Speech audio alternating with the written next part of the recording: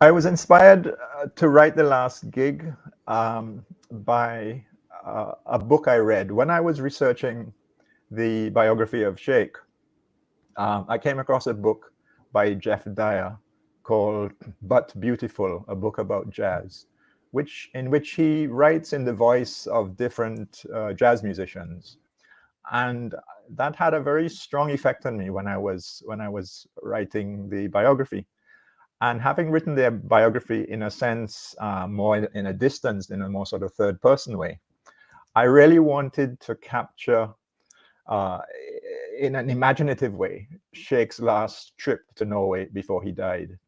And it struck me that a good way to do this was to actually try and kind of get into his shoes, and get into his head, if you like, and think through what was involved in leaving home, knowing probably, I suspect he knew, though nobody has ever said, that he knew this was going to be his last trip.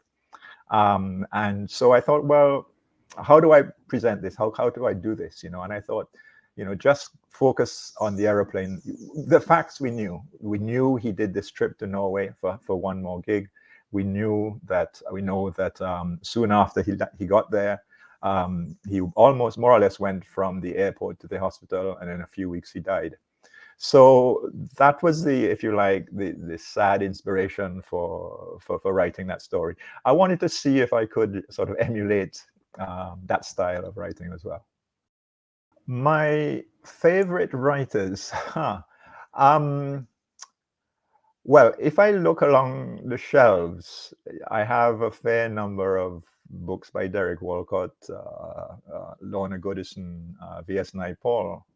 Um, but to be honest, I don't really read in that way anymore. I find what I tend to do is that I read books that relate to the subject that I'm working on. So, for instance, when I was working on this biography, I read a lot of biographies and autobiographies by or about Black jazz musicians, and I got really caught up. And that's how I came across the book that I mentioned by Jeff Dyer. Um, so for me, it's more a matter of working according to the subject. And I would say that is the strongest push when it comes to that, both in terms so genre. I don't really read in terms of genre or specific writers.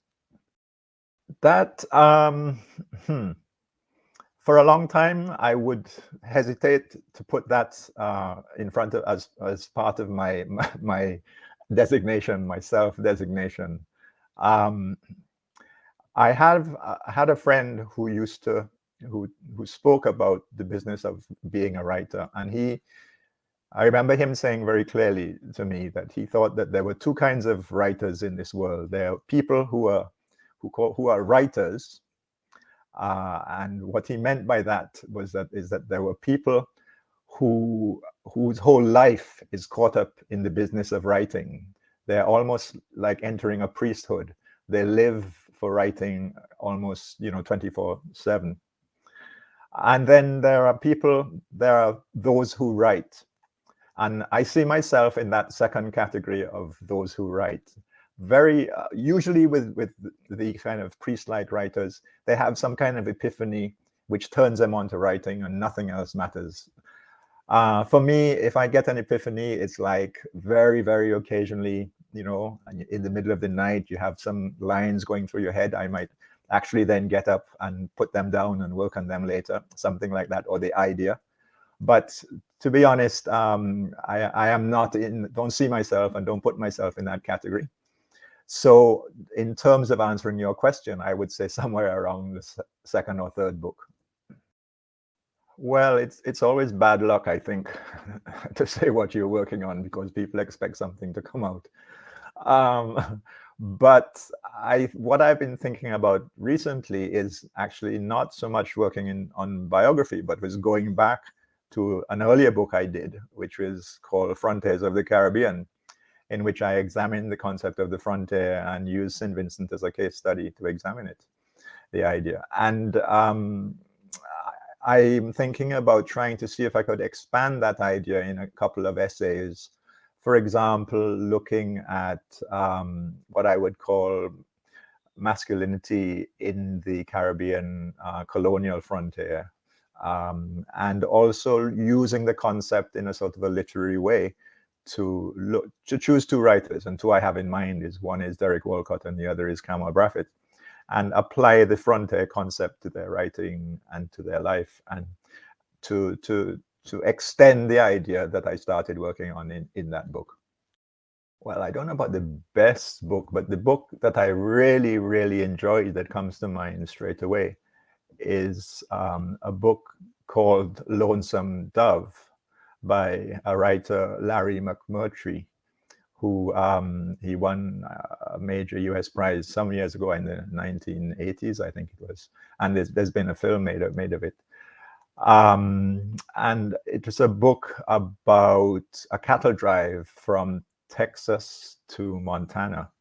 And I got completely caught up and carried away by and interested in even all the minor characters, the way they were drawn, and that really, is a book that I just felt I couldn't put down. And from that point of view, I certainly really enjoyed it. The most recent book that I've read, I've just finished reading a book by a Senegalese writer, David Diop, called At Night All Blood is Black. And it's a book about a Senegalese soldier, foot soldier, who's fighting on the side of the French in the Great War. It's a very sad book, very short, but it was a very powerful book. And it's still very much going through my head.